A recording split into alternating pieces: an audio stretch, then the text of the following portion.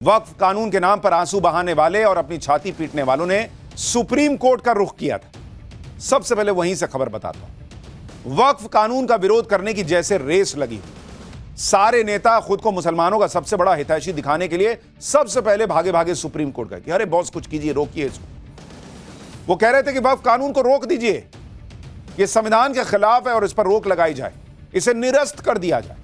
वक्फ कानून के विरोध में सुप्रीम कोर्ट में याचिका दाखिल करने वालों के नामों पर जरा गौर कीजिए। असदुद्दीन ओवैसी AIMIM से दौड़े दौड़े गए, TMC से महुआ मोइत्रा गई, सपा से जियाउर रहमान बर्क चले गए, अमानतुल्लाह खान आम आदमी पार्टी से, इमरान प्रतापगढ़ी कांग्रेस से, मनोज झा RJD से, जगन मोहन रेड्डी YSR कांग्रेस से, अरशद मदनी ऑल इंडिया मुस्लिम पर्सनल लॉ बोर्ड से, DMK, IUML, CPI ये सब पहुंच गए थे सुप्रीम कोर्ट। और इन सारे नेताओं और पार्टियों ने वक्फ कानून के खिलाफ याचिका डाली।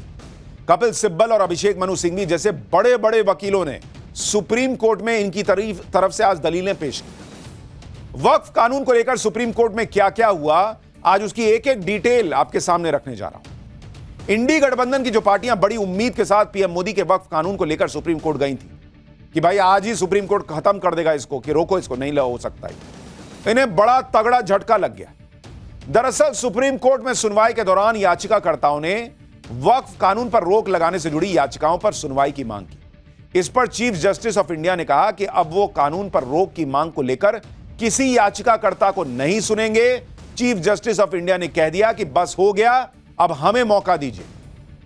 यानी सुप्रीम कोर्ट ने आज हुई सुनवाई में वक्फ कानून का विरोध करने वाले जो लोग थे उनको सबसे बड़ा झटका यह दिया कि वक्फ एक्ट पर अंतरिम रोक लगाने से सीधे सीधे मना कर दिया कि भाई कानून तो नहीं रुकने जा रहा, आगे की बात करो, जो कर रहे हो उसमें देखेंगे क्या कर सकते हैं। और आज जो चर्चा हुई सुप्रीम कोर्ट में उसमें ये विरोधी खुद ही एक्सपोज होते चले गए। वक्फ कानून के विरोधी बात बात पर संविधान और संविधान के आर्टिकल 26 की दुहाई देते हैं। आज सुप्रीम कोर्ट ने संविधान और इस पर ऐसी बात कही कि वक्फ कानून के विरोधी सन्न रहे।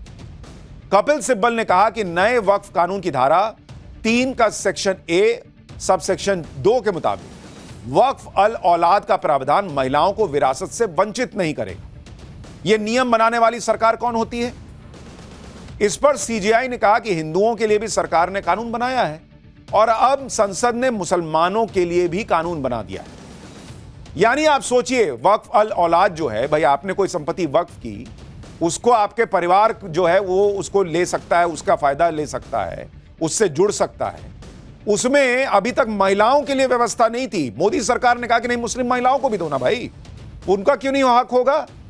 कपिल सिब्बल जाके कोर्ट में लड़ रहे हैं कि नहीं, सरकार कैसे कह रही है कि महिलाओं का भी हक हो सकता है।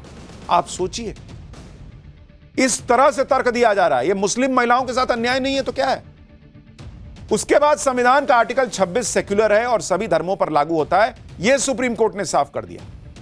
यानी बात बात पर संविधान के आर्टिकल 26 को दोहराने वालों को सुप्रीम कोर्ट ने 2 लाइन में समझा दिया कि इसका सही मतलब क्या होता है। वक्फ कानून के विरोध में सबसे बड़ी दलील यह दी जाती है कि वक्फ संपत्तियों का रजिस्ट्रेशन कैसे कराया जाएगा, क्योंकि वक्फ तो सालों से है। कपिल सिब्बल ने वक्फ संपत्तियों के रजिस्ट्रेशन के नियम पर कहा कि वक्फ सैकड़ों साल पहले बनाया गया है, अब यह 300 साल पुरानी संपत्ति की वक्फ डीड मांगेंगे। यह इतना आसान नहीं है। अगर रजिस्ट्रेशन नहीं कराया गया तो मुतवल्ली को जेल जाना पड़ेगा। मुतवल्ली वो होता है जो वक्फ संपत्तियों का केयर टेकर होता है, और उसे बचाने के लिए कपिल सिब्बल दलीलें दे रहे हैं। वो कह रहे हैं कि भाई मुतवल्ली को जेल मत भेजो, जबकि सबसे ज्यादा आरोप लगता है कि भाई मुतवल्ली ने ही इधर उधर गड़बड़ी की है और गरीब मुसलमानों का हक छीना हुआ है। कपिल सिब्बल कह रहे हैं कि उसको जेल क्यों भेजना है भाई? कपिल सिब्बल की दलील पर सरकार की तरफ से पेश हुए वकील तुषार मेहता ने कहा कि 1923 से ही वक्फ का रजिस्ट्रेशन अनिवार्य है, यहां तक कि वक्फ बाय यूजर को भी बिना रजिस्ट्रेशन के मान्यता नहीं दी जा सकती। 1995 के अधिनियम में भी इस प्रावधान का पालन किया गया है। SG तुषार मेहता ने कहा कि कपिल सिब्बल मुतवल्लियों के जेल जाने की अव्यवहारिक दलीलें दे रहे हैं।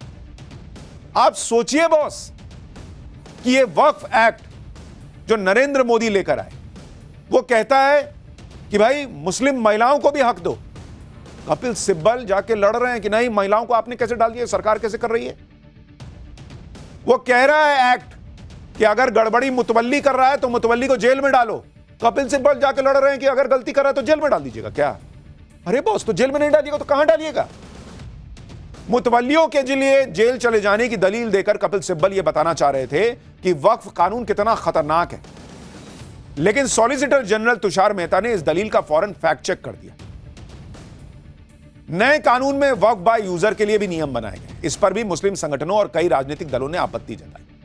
आज सुप्रीम कोर्ट में सुनवाई के दौरान अभिषेक मनु सिंघवी ने कहा कि 8 लाख वक्फ संपत्तियों में से 4 लाख संपत्तियां तो वक्फ बाय यूजर हैं। आप सोचिए, जिस वक्फ बाय यूजर को कहा जाता है कि भाई आपने उंगली रख दी, कह दी हमारा हो गया, वैसा हिसाब 4 लाख संपत्तियों पर है। यह खुद अभिषेक मनु सिंघवी कोर्ट में बता रहे हैं। नए कानून के तहत 4 लाख संपत्तियां तो यूं ही चली जाएंगी, वो कह रहे हैं। इस पर चीफ जस्टिस ऑफ इंडिया ने कहा कि हमें बताया गया है कि दिल्ली हाईकोर्ट भी वक्फ की जमीन पर बना है। हम ये नहीं कह रहे कि सभी वक्फ बाय यूजर गलत है, लेकिन यह चिंताजनक है। सुप्रीम कोर्ट ने भी इस पर चिंता जताई। सुप्रीम कोर्ट भी समझ रहा है कि वक्फ बाय यूजर के नियम का गलत इस्तेमाल किया जा सकता है, और उसी में अभिषेक मनु सिंघवी ने जोड़ दिया कि हां भाई, वो तो संसद के लिए भी कहा जाता है कि वो भी वक्फ की जमीन पर। खुद मान भी रहे हैं और खुद डिफेंड भी करने पहुंचे हुए।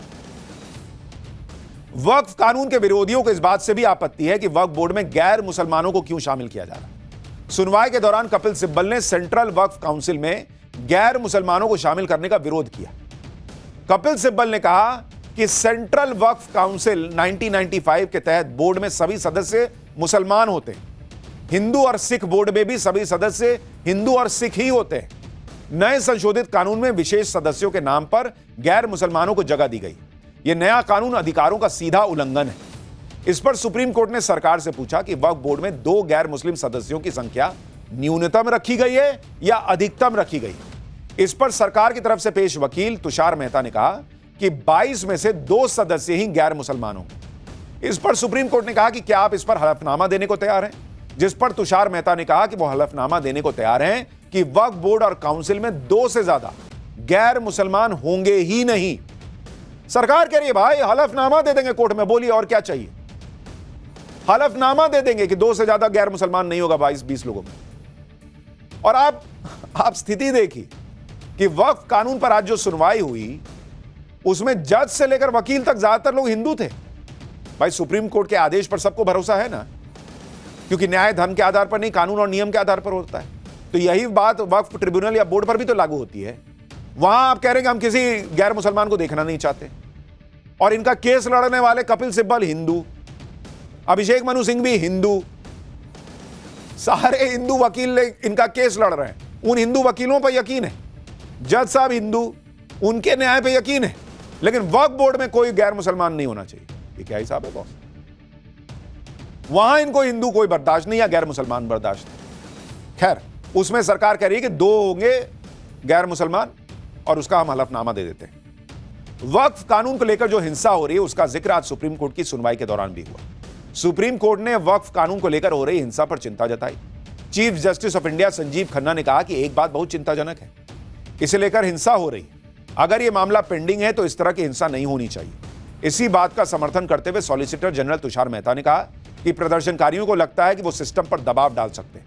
इस पर कपिल सिब्बल ने ऐतराज जताते हुए कहा कि कौन किस पर दबाव डाल रहा है यह पता नहीं। इस पर चीफ जस्टिस ने कहा कि बिल में जो पॉजिटिव पॉइंट्स हैं उन्हें हाईलाइट करना चाहिए। इधर सुप्रीम कोर्ट ने वक्फ कानून के विरोध में हो रही हिंसा पर चिंता जताई। उधर आज मुर्शिदाबाद में हिंसा की एक और खबर आ गई। दावा है कि मुर्शिदाबाद के धुलियान इलाके में एक दुकान में आग लगा दी गई। स्थानीय लोगों का आरोप है कि दुकान में जानबूझकर आग लगाई गई, लेकिन बंगाल पुलिस का दावा है कि इस आग का हिंसा से कोई लेना देना है ही नहीं। सुप्रीम कोर्ट ने वक्फ कानून के विरोध में हुई हिंसा पर चिंता जताकर ममता सरकार पर एक तरीके से सवाल उठाया, लेकिन ऐसा लग रहा है जैसे ममता बनर्जी का सारा ध्यान तो उनके मुस्लिम वोट बैंक पर। वक्फ कानून को लेकर आज ममता बनर्जी ने कोलकाता के एक स्टेडियम में इमामों से मुलाकात की। जो ममता बनर्जी जिन हिंदुओं के घर जल गए, जो अपना घर छोड़कर भागे हुए हैं, उनसे मिलने नहीं जा पाई, उन ममता बनर्जी ने आज इमामों से मुलाकात की। पब्लिक पूछ रही है सोशल मीडिया पर कि मुर्शिदाबाद के हिंदुओं से कब मिलेंगी मैडम आप, जिन्हें बंगाल में घर छोड़कर भागना पड़ा है। ममता बनर्जी ने वक्फ कानून लागू न करने की बात कहकर मुसलमानों को तो भरोसा दे दिया, लेकिन वो हिंसा से पीड़ित उन हिंदुओं को भरोसा कब देंगी जो आज भी न्याय की उम्मीद में। आप ममता बनर्जी की कुछ पुरानी तस्वीरें देखिए। जब कोलकाता में डॉक्टर्स प्रोटेस्ट कर रहे थे तो ममता बनर्जी ने उनसे मुलाकात की। जब टीचर्स ने प्रोटेस्ट किया तो स्टेडियम में उनसे मिली। आज मुसलमान नाराज हो गए तो इमामों से मिल रही, लेकिन पीड़ित हिंदुओं से मिलने का टाइम ममता बनर्जी के पास नहीं आया है अभी तक। ममता बनर्जी के पास पीएम मोदी, अमित शाह और सीएम योगी पर निशाना साधने का पूरा टाइम है। कल रात जब यह खबर आई कि पीएम मोदी राष्ट्रपति से मिल रहे हैं और अमित शाह बीजेपी के बड़े बड़े नेताओं से मिल रहे हैं, तो आज ममता बनर्जी के कैंप में घबराहट दिखी और इसकी झलक आज ममता बनर्जी के बयानों में भी नजर आई। वक्फ कानून पर ममता बनर्जी ने कोलकाता में इमामों के साथ जो बैठक की, उसमें वो मोदी योगी शाह की जोड़ी पर खूब बरसी, जमकर अपनी भड़ास निकाली। मुख्यमंत्री ममता बनर्जी ने पीएम मोदी को चेतावनी देते हुए कहा कि दिल्ली में 1 साल में उनकी सरकार गिर जाएगी। सीएम ममता ने अमित शाह के लिए कहा कि प्रधानमंत्री अमित शाह को कंट्रोल करें, शाह कभी प्रधानमंत्री नहीं बन पाएंगे। सीएम ममता ने योगी आदित्यनाथ के लिए कहा कि वो योगी नहीं भोगी हैं, बड़ी बड़ी बातें करते हैं। ममता बनर्जी की घबराहट को इस बात से भी समझा जा सकता है कि ममता बनर्जी को अब इंडी गठबंधन की याद आ गई। वो वक्फ कानून पर इंडी गठबंधन को साथ आने के लिए कह रही हैं, जो ममता बनर्जी बंगाल में कहती थी कि मैं यहां किसी कांग्रेस की और लेफ्ट की जरूरत नहीं है हमको, वो आज इंडी गठबंधन याद कर रही हैं। और इसी से पब्लिक कह रही है कि ये घबराहट का, राजनीतिक घबराहट का नतीजा है। उनको लग रहा है कहीं राष्ट्रपति शासन ना लग जाए, कहीं वहां पॉलिटिकल नुकसान ना हो जाए, कहीं सत्ता ना चली जाए। ममता बनर्जी के निशाने पर सबसे ज्यादा गृह मंत्री अमित शाह रहे। ममता बनर्जी ने आज मुर्शिदाबाद हिंसा का पूरा ठीकरा अमित शाह, बीएसएफ और गृह मंत्रालय की एजेंसीज पर फोड़ दिया। इसकी डिटेल आगे बताऊंगा, लेकिन पहले सुनिए ममता बनर्जी ने आज कैसे अमित शाह के साथ अपना सियासी स्कोर बराबर करने की कोशिश की। ममता ने कहा कि अमित शाह इतनी जल्दबाजी में क्यों है, वो कभी प्रधानमंत्री नहीं बनने वाले। बहुत रुपया है, पूरा हिंदुस्तान में जितना नेटवर्क है सब बंगाल मक्का खिलाफ में लिखता है। जितना भी आईटी सेक्टर है उसका, वो सब अमित शाह का कंपनी ज्यादा है। ये आप लोग को ध्यान होना चाहिए, उसका इसका साथ बड़ा बड़ा संपर्क है। इतना जल्दीबाजी आपका क्यों है? आप तो प्राइम मिनिस्टर कभी नहीं बनेंगे। मोदी जी चला जाने के बाद आप क्या करेंगे?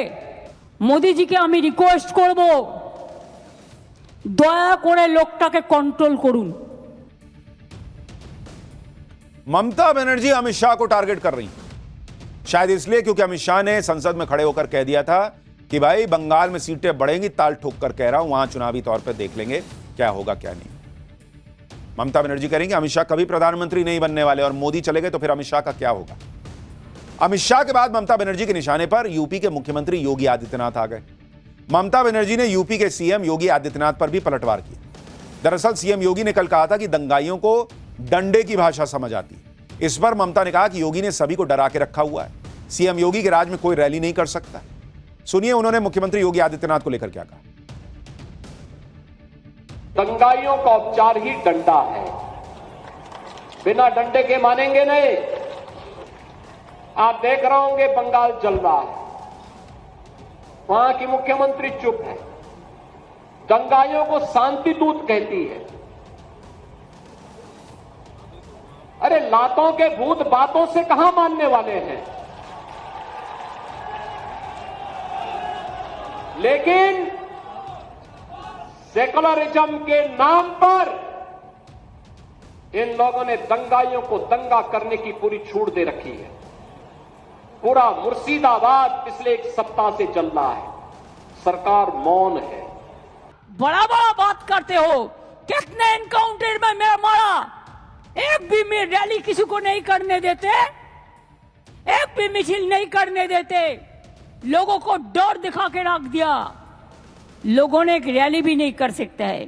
अरे बांग्लाয় तो फ्रीडम আছে, সিপিএম র‍্যালি করে, সিপিআই করে, আলট্রালেফটরাও কখনো কখনো করে, এসইউসিও করে, কংগ্রেসও করে, আর বিজেপি তো পারমিশনের প্রয়োজন নেই। योगी आदित्यनाथ ने लात के भूत जो हैं उनका इलाज कहा कि वो भाई लात के भूत बात से नहीं मानते। ममता बनर्जी को बुरा लग गया, वो कह रही है कि भाई वहां यूपी में कोई स्वतंत्रता नहीं है, यहां तो सब रैली कर सकते हैं। बंगाल में शोभा यात्रा निकालने के लिए हाईकोर्ट से परमिशन लेनी पड़ी थी, भूल गए क्या लोग। हिंसा और उपद्रवियों से निपटने के लिए सीएम योगी का मॉडल पूरे देश में चर्चित है। खुद सीएम योगी कानून